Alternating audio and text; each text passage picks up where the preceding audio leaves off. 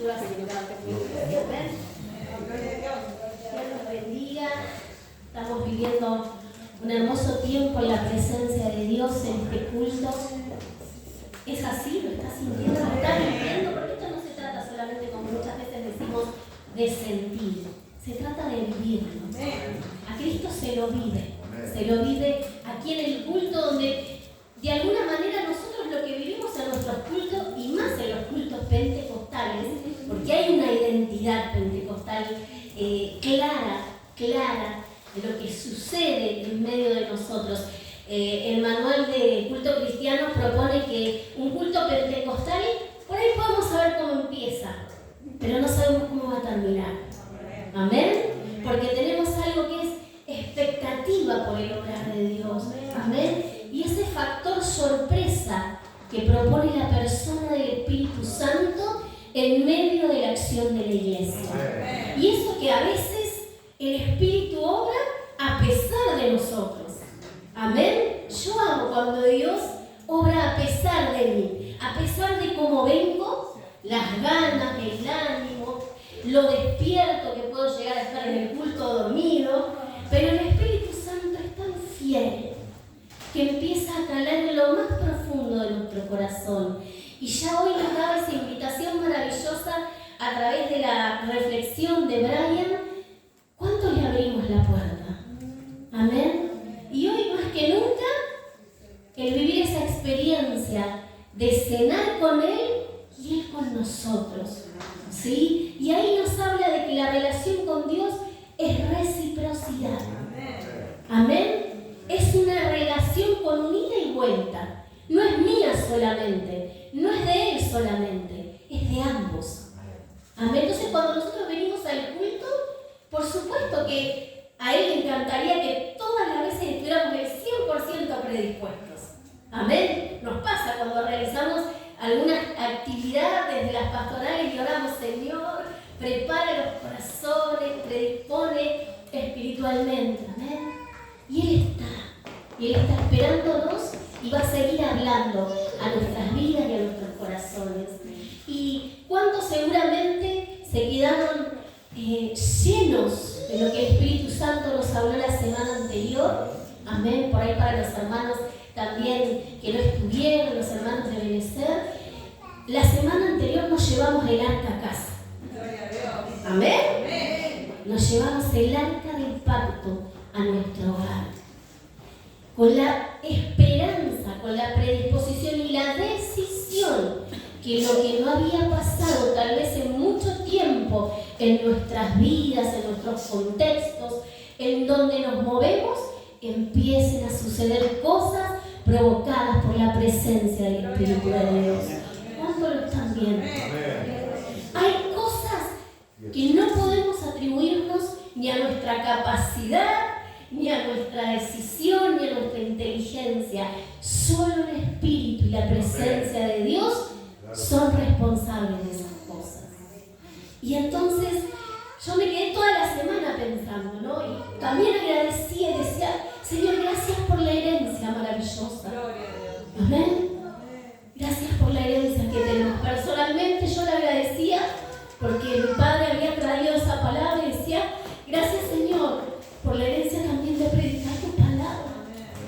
Es un privilegio. Nunca podemos naturalizar el privilegio que tenemos de haber sido elegidos por el Padre. Amén. Por supuesto que yo le dije sí y usted le dijo sí, pero Él nos convocó, nos eligió. En la cruz pagó un alto precio y todos los días, cada vez que amanecemos, nos está invitando a vivir un día más en su presencia y para hacer su misión. Fíjense si nosotros todos los días nos levantáramos con esa convicción, cada vez que amanecemos. Y díganme si cuando estamos enfermos no valoramos el estar sanos. Cuando está difícil, cuando se nos pone difícil en el cuerpo, empezamos a valorarlo. Yo sufro ataques de asma y a veces he llegado a pensar hasta que puedo morir por no tener aire. Amén. Entonces cada día que amanece, nosotros realmente con la profundidad de ver que Dios en su gracia me concedió un día más. Me concedió un día más para vivir, para disfrutar, pero por sobre todas las cosas, para amar. El reino es el reino del amor. Entonces, cuando yo me levanto ya de esa manera, el día no puede empezar mal. ¿O no? No puede empezar mal un día en el que me levanto con esa convicción. Que van a pasar cosas, por supuesto, no estoy evadiendo la realidad y más la realidad actual en la que vivimos. Pero mis ojos se levantan en fe. Y en eso pensaba en estos días, en esa presencia que fuimos invitados a tener cotidianamente, a vivir en ella y a transmitirla también, ¿verdad? Porque el arca se hizo visible para todos, no solo para el que la tuvo en la casa, sino se hizo visible para todos. ¿Amén? Y entonces pensaba en esto, pensaba en la visibilidad de la presencia de Dios en la vida cotidiana de un creyente. Tiene que notarse, tiene que verse. Y ahí entraba con esto del reino. Vieron que yo siempre les planteo la lógica del reino. La lógica de nuestro reino siempre nos habla de cosas que son muy importantes. Y hay misterios del reino que son invisibles en realidad. Que tienen más que ver con lo que sucede muchas veces en lo espiritual, en el mundo espiritual. Cuando digo mundo espiritual, no solo me refiero al mundo de las tinieblas. Mundo espiritual es todo aquello propuesto por Dios en este avanzar del reino, ¿sí? Cuando nosotros decimos que la iglesia avanza, decimos que hay luz para el mundo. Significa que las tinieblas retroceden. ¿Amén? Hay una autoridad cuando la iglesia camina, hay una autoridad cuando como cristianos caminamos y somos luminares en el mundo. Quiere decir que donde me muevo, las tinieblas retroceden. En eso es visible, en una decisión tal vez íntima, donde yo decidí ser luz. ¿Se entiende? Entonces, la presencia de Dios se empieza a hacer visible en determinados hechos y situaciones. Y su palabra nos propone que esto tiene que ser así. Que Cristo se tiene que notar. Amén. Cuando Él vino y irrumpió en la humanidad, la historia decidió, creyente o no creyente, que la historia se divide en un antes y en un después de Él. Para el que cree y para el que no cree, aun cuando va la historia, tiene que decir A.C o D.C. ¿Sí? Antes y después de Cristo. Él cambió la historia. Amén. Y entonces el reino nos propone diferentes figuras para decirnos que esto se tiene que hacer visible. Y yo pensaba y decía, Marcos 16, 17 y 18 no es el texto central. Vamos a ir pasando por algunos textos. Dice, estas señales seguirán ¿a quiénes? A los que creen. ¿Qué es una señal? Algo visible.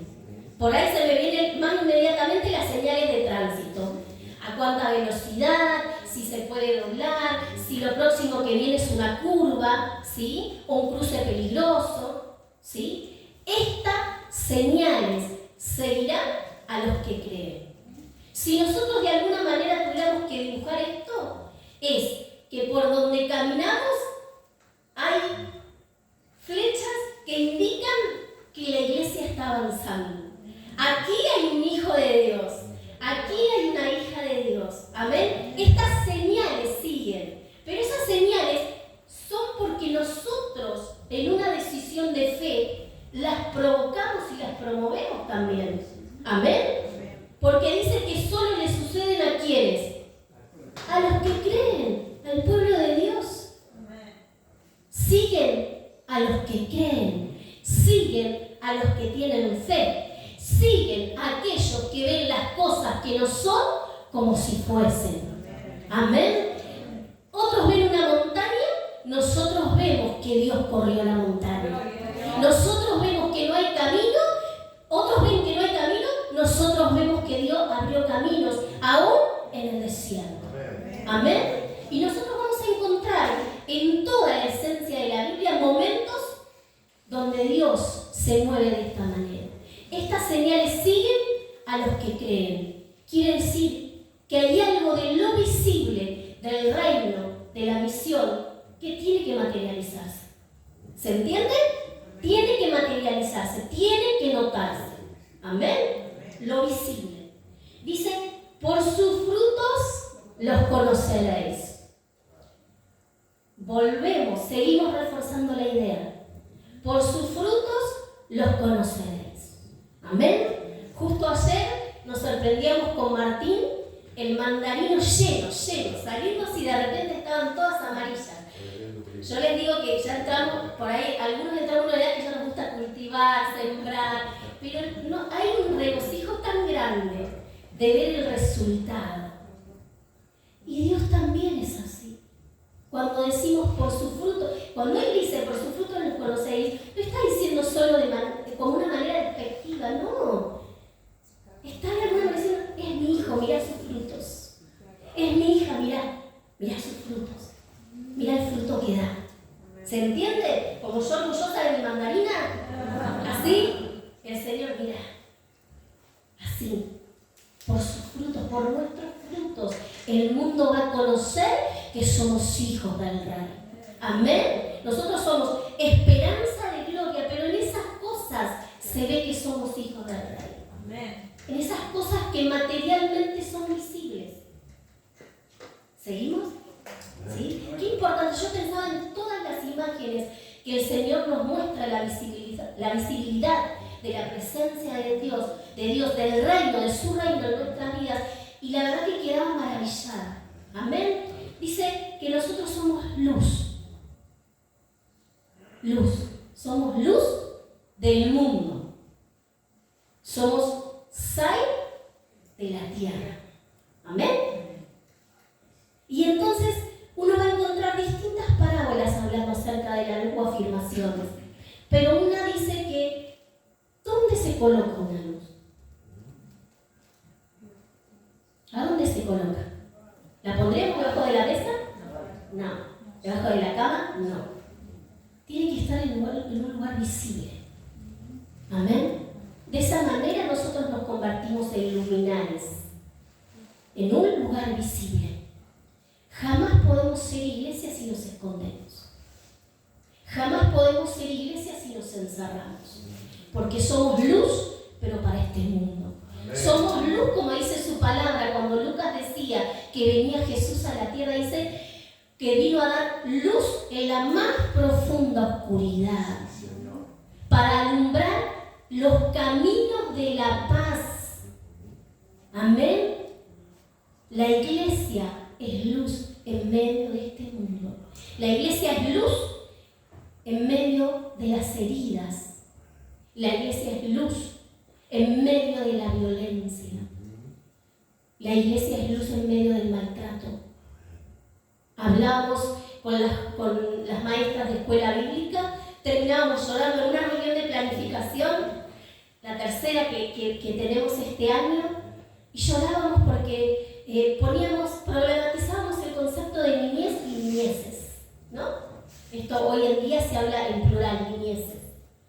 Y entonces problematizábamos por qué, decíamos porque hay tantas niñeces como niños en el mundo. Y cada niñez es única y particular. Cuando uno piensa en niñez, decíamos, ¿qué pensamos? Niños jugando. ¿Todos los niños trabajan? No. No, todos los niños no juegan. Hay niños trabajando en Jujuy, en Salta, en la provincia de Buenos Aires. Entonces, cuando uno generaliza, ¿sí?, una etapa de la vida, parece que a los niños nunca les pasa nada. Y nosotros estamos en medio de un mundo donde lamentablemente el mundo de las tinieblas viene en contra de nuestras niñeces. Amén. Entonces ahí somos luz. Y la luz también sana. Porque corre todo lo que está en la oscuridad, todo lo que está en tinieblas, todo lo que no se dice, todo lo que no se habla, nos sana. Y la luz trae sanidad. Amén. Amén. Miren si no hay responsabilidad en la iglesia de Cristo. Somos luz. ¿Dónde vamos a colocarnos como iglesia? La luz en el sentido de un faro. Nosotros tenemos la ciudad de Mar del Plata. Muchos pasamos por el faro y lo miramos. Amén. Para nosotros tal vez es pintoresco. En un tiempo significaba muchísimo para quienes estaban navegando. Era la diferencia entre llegar a tierra o no. La iglesia es un faro en medio de este mundo. Amén. La iglesia es sal. La iglesia es sal. La sal conserva, preserva y sazona. Y enseguida me pasó, por ahí a veces estoy muy maestra, y me pasó que enseguida necesitaba buscar el antónimo de preservar o de conservar. Y decía perder, y una palabra que me impactó y me confrontó, ¿sí? Me incomodó. Hay una palabra que se usa mucho en el ámbito universitario cuando algo nos incomoda. Porque la incomodidad nos tiene que llevar a poder resolver. A ver, ¿por qué? ¿Por qué hay incomodidad? Incomodidad epistémica, de los conceptos, incomodidad teórica de la práctica. Sí, a mí me incomodó. Y decía, desproteger el antónimo. Porque cuando uno lo ve desde el antónimo, desde lo contrario, uno se da cuenta qué pasa si la iglesia no está. ¿Qué pasa si la iglesia no es la sal que tiene que ser? Desprotegemos. Para mí fue tremendo. Cuando yo lo leí y lo buscaba, decía, Señor. Y a veces en cosas tan pequeñas nos corremos de la misión. Uno de los errores más grandes de la iglesia no es por la acción, es por la omisión, por no hacer. Amén. Y Santiago siempre me confronta cuando dice que pecado es saber hacer el bien y no hacerlo. No habla de lista de pecados, no habla de jerarquía de pecados, habla que sabiendo hacer el bien y no hacerlo, nos es contado, iglesia, como pecado. Entonces, ¿cuánto cuidado tenemos que tener por aquello que no hacemos? Por aquello que omitimos como iglesia hacer. ¿Amén? Y entonces pensaba y decía, Señor, bueno, Señor, me diste un montón de imágenes, me diste un montón de lo visible. Y yo tengo un problema, es que tengo como una manera de hacer la prédica, es que yo necesito mi texto central. A mí por lo menos me pasa, otros tienen esa capacidad de ir por distintos textos. Yo decía, amo cada uno de estos textos y me confrontaron, me incomodaron, me hicieron reflexionar, pero sentía que me faltaba uno. Y entonces ayer, preparando una masa, utilizando la levadura, el Señor me dio el texto central. Por ahí todos aquellos que hemos hecho una masa y vemos el proceso y todo lo que pasa con la levadura, yo la primera vez que lo usé, que creo que fue, si mal no recuerdo, la primera masa que hice fue a los 9 años, aunque usted no lo quería, a los 9 años, hice la primera masa para hacerle panes a mis hermanos. Male hacía cosas ricas de chica, ¿verdad? Y yo pensaba, la primera vez que usé la levadura, fue como algo mágico para mí. Imagínense, 9 años, en mi mente de niña, fue algo mágico. Que algo creciera de la manera en que creció. Con 9 años para mí había sucedido algo tremendo. ¿Sí? Ahora, como iglesia, dice que somos levadura. Y entonces yo empecé a investigar. ¿Sí? Yo les invito ahora sí a buscar Mateo 13, 33. Les voy a mostrar la Biblia. Me busqué la más grande por la letra, porque aún con anteojos no veo. 13:33. Mateo 13:33 dice así. Otra ilustración, porque él venía hablando ya cerca de lo que era el reino, de lo que era la misión, de cuál era el lugar de la iglesia. ¿Sí? Entonces dice, otra ilustración les habló. El reino de los cielos es semejante a la levadura que una mujer tomó y escondió en 3 grandes medidas de harina hasta que toda la masa quedó fermentada. Hay algo que Jesús hacía y que tenía una pedagogía maravillosa, ¿sí? Es que él siempre enseñaba con cosas cotidianas. Y él enseñó con algo que todo el mundo iba a entender. Y yo pensaba y empecé, por supuesto, a investigar qué era la levadura. Por supuesto que hay nombres químicos que no los voy a repetir porque no van para la prédica, pero algo principal en la levadura es que es un organismo vivo. ¿Sí? Cuando trabajamos con levadura, trabajamos con un organismo vivo. Y Dios y Jesús nos dicen esta mañana que nosotros somos levadura. Somos un organismo vivo en medio de un mundo de muerte, en medio de estructuras de muerte. Cuando nosotros nombramos violencias, cuando nosotros nombramos maltrato, cuando nosotros nombramos los índices de femicidios, estamos hablando de estructuras de muerte. Y el Señor nos dice que nosotros como iglesia somos un organismo vivo. Amén. Somos un organismo vivo. Somos vida para este mundo. Somos vida para los que están alrededor nuestro. El que nos escucha. Le gusta escucharnos, pero no por si hablo bien o no. Pero no tiene que ver con la capacidad lingüística, ni todo el estudio que yo tenga. Tiene que ver que cuando el otro me escucha, como tengo a Cristo, tengo la vida. Lo escucha a Él. Siente paz. A veces la gente nos escucha y ni siquiera entiende qué le pasa, pero porque lo escucha a Él. ¿Amén? Somos un organismo vivo. Pero la levadura, para producir un efecto, tiene que ser parte de un proceso. ¿Amén? ¿Escuchó? Para ser efectivos como iglesia y para ser la levadura de este mundo, tenemos que ser parte de un proceso. Primero, que la levadura por sí misma no podría hacer nada. Necesita de la harina, ¿sí? Necesita de otros elementos. Amén. A veces le echamos un poquito de azúcar que hace que más rápido leude, ¿sí? Necesita de otras cosas. La iglesia de Cristo, en ese sentido, es cuando habla de cuerpo. Amén. Es cuando habla de unidad. Es cuando habla de trabajo, es cuando habla de misión. Pero somos una masa que tiene que crecer. Amén. Y no hablo de crecimiento en el sentido cuantitativo solamente, sino también cualitativo. Saben que también hemos visto lo que hacemos masa, perder masas. Cuando nos pasamos del calor a la temperatura, a la levadura, no se activa, la quemamos. ¿Sí? Fíjense en todo el cuidado que tenemos que tener. ¿Cuánto más como iglesia? ¿Amén? ¿Cuánto más como iglesia? Ahora, el sentido de la levadura es provocar una transformación. La masa, cuando usted la deja, si usted la deja en un envase pequeño, a veces se desborda, ¿sí?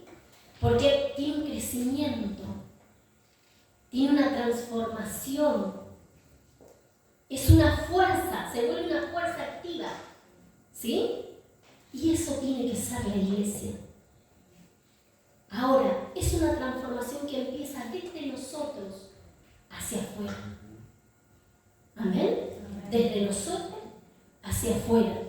Los primeros que vivimos este proceso somos nosotros. Cuando Dios nos tomó con heridas, nos tomó con frustraciones, con fracasos. Amén. Y nos transformó en una vida de victoria. Pero no una victoria en el sentido del éxito, como muchas veces se nos quiere decir, sino una vida exitosa en Dios, en la vida abundante, en las relaciones, en lo que va sanando. Entonces, cuando yo vivo ese proceso, empiezo a fermentar y otros lo empiezan a vivir. Nosotros nos damos cuenta en las pastorales, ¿verdad? Nos damos cuenta en ese trabajo cuando empiezan a producirse cosas que vos decís, Señor, esto es de tu espíritu. Señor, esto es de tu presencia. Esta es la acción que provoca la presencia del Espíritu Santo. Amén. Esa levadura, eso es lo visible. Eso es lo que tiene que suceder. Ahora, esa materialidad física de lo que pasa tiene que ser auténtica, porque saben que Jesús también habló de la levadura de los fariseos. Amén. Habló de crecimiento que no es de Dios, que es aparente. Ellos creían que estaban haciendo bien. Ellos creían que defendían la ley. Ellos creían que la aplicaban bien. Pero les faltaba el amor con lo que se había dejado toda esa ley. Y Jesús viene a traer ese pacto. Amén. Es tiempo de que como iglesia seamos esa levadura que empiece a impregnarse en todos lados. Y ¿saben qué? No hay nada. Cuando la levadura empieza a fermentar, no hay nada que la pueda contener. Cuando la masa empieza a crecer, no hay nada que la pueda contener. Ahora, también es real que nosotros tenemos que ser un organismo vivo. Para ser un organismo vivo, tiene que salir de dentro de nosotros todo aquello que no es de Dios. Todo aquello que impide que la presencia y la obra de Dios se manifieste plenamente. Todos aquellos obstáculos que para mí son argumentos muy buenos. ¿Saben que no hay nadie mejor que nosotros aún para decir por qué es necesario que todavía esta herida esté acá adentro? ¿Vieron ahora todo esto? No, porque me recuerda tal cosa, para no cometer el mismo error. Y ahí nos quedamos aferrados a la herida porque nos avisa que no tenemos que cometer el mismo error. No, una herida es para sanar. Amén. Amén. Y Dios sana todo lo que hay en nosotros. Quita todo aquello que no tiene que ver con la vida para que nosotros podamos multiplicarnos, transformarnos y crecer en fe. Lo visible del reino tiene que empezar a hacerse carne en medio de nosotros. Su palabra dice que Él era el amor, pero dice que ese amor se hizo carne y habitó entre nosotros. Amén. Vivió, caminó en medio de nosotros. Entonces, como iglesia, también tenemos que empezar a ser visibles y tomar una decisión en fe de empezar a ser luz, de empezar a ser un buen fruto, de empezar a ser sal, de ser un faro para otros, de ser parte de la levadura que va a transformar este mundo. La iglesia nunca puede caer en el pesimismo de este tiempo, no porque evadimos la realidad, sino porque somos llamados a transformar, porque nuestra vida fue alcanzada por la transformación, porque si fuera por las cosas que hemos vivido, seguramente muchos de nosotros no estaríamos aquí. Si fuera que hubiéramos tomado una decisión por las cosas que nos han pasado, no estaríamos aquí. Pero Dios nos trajo aquí para sanar. Dios nos trajo aquí para ser transformados. Pero no una transformación que es solo personal, es una transformación que va a alcanzar a otros. ¿Cuántos de nosotros pueden decir, hemos pasado esta situación en la vida? Pero ¿saben qué? Hay otros que también lo han pasado. La diferencia es que yo he sido sanada por el Señor y ellos todavía están esperando sanidad. ¿Qué decimos si te respondemos a nuestro Señor? Somos levadura, levadura que va a transformar, levadura que va a crecer. Pero hay una decisión, como decía el predicador la semana anterior. Tenemos que tomar decisiones. Y que esas decisiones sean enfermas. En fe. Creemos en una iglesia de este tiempo que tiene que ser poderosa. Amén. Que tiene que tener las señales del reino. Cuando la palabra de Dios decía que estas señales siguen a los que creen, hablaba de sanidad, de liberación, y su palabra dice que mayores cosas que las que Él hizo, nosotros haremos. ¿Cuántos le creemos? Mayores cosas que las que Él hizo, haremos, hermanos. Empecemos a creer a la palabra, empecemos a activar nuestra fe. Amén. Mayores cosas, no por ser más que Él, sino haya prometido, siendo el Hijo de Dios, que nosotros en nuestra simple humanidad vamos a hacer mayores cosas que Él. Amén. Seamos levadura. Seamos la levadura de este tiempo. Y esto es algo que no es solo para la iglesia, es para el mundo. En esto conocerán que son hijos de Dios. Amén. Esto es para el mundo. Esto es para el ámbito donde me muevo, en la facultad, en el trabajo. Cuando voy a comprar, cuando charlo con alguien, en todo momento tienen que notar que soy hija de Dios. Amén. Soy hija de Él. No digo que pasamos por distintos momentos, por altibajos, pero cuando la esencia del Evangelio ya está impregnada en nosotros, nuestra identidad nos brota. Amén. Yo quiero pedirles que se pongan de pie y vamos a orar.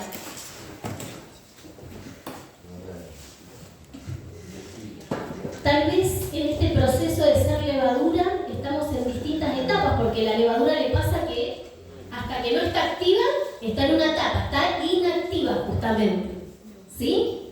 Hasta que sufre el proceso de la transformación. Entonces, yo quiero invitarte. Cada uno sabe su propia historia, conoce su propia vida. En esto que hablábamos el otro día con las maestras y hablábamos de las distintas niñeces, cada uno conoce la historia de su propia existencia. Y hoy es tiempo de ponerlo en las manos del Rey, de ponerlo en las manos de Dios. Y con tu vida, con eso poquito que te parece que tenés en las manos de Dios, es muchísimo. Amén. Dios va a hacer grandes cosas. Es un tiempo donde como iglesia no solo tenemos que crecer, tenemos que transformar. Tenemos que dar vida. La vida de Cristo, ni siquiera es cualquier vida, es la vida de Cristo. Amén. Vamos a orar juntos.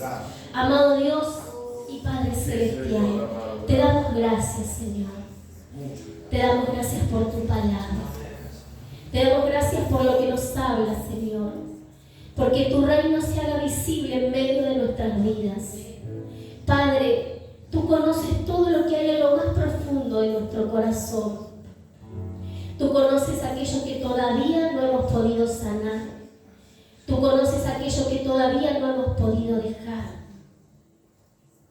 Pero es necesario ser transformados para poder transformar este mundo. Padre, te damos gloria y honra por lo que has hecho hasta aquí, Señor. Yo sé que muchas de estas vidas que hoy están en este lugar son vidas que tú has tocado, que tú has elegido, que tú estás sanando, Señor amado, que tú las has mirado con tus ojos de amor. Cuando el mundo no las veía, tú las miraste, tú las abrazaste, Señor amado. ¿Cómo no darte gracias por tu inmensa misericordia, por tu inmenso amor? Señor, así como tu palabra, como tu presencia transformó a los hombres de este tiempo, de tu tiempo, pero que llegó a afectar la historia de esta humanidad, nosotros como iglesia queremos ser esa levadura que el mundo necesita en este tiempo de tanta necesidad. Queremos ser lo que tú nos llamaste a hacer como iglesia, Señor. Gracias, gracias. Obra en medio de nosotros, en medio de nuestros corazones, Señor amado, en medio de nuestro espíritu, que tú estés, como decía tu palabra hoy también, hablándonos, cenando con nosotros, en esa intimidad que solo tú puedes proponerle a nuestro espíritu, Señor. Gracias por todo lo que nos das, Padre. Amén y amén.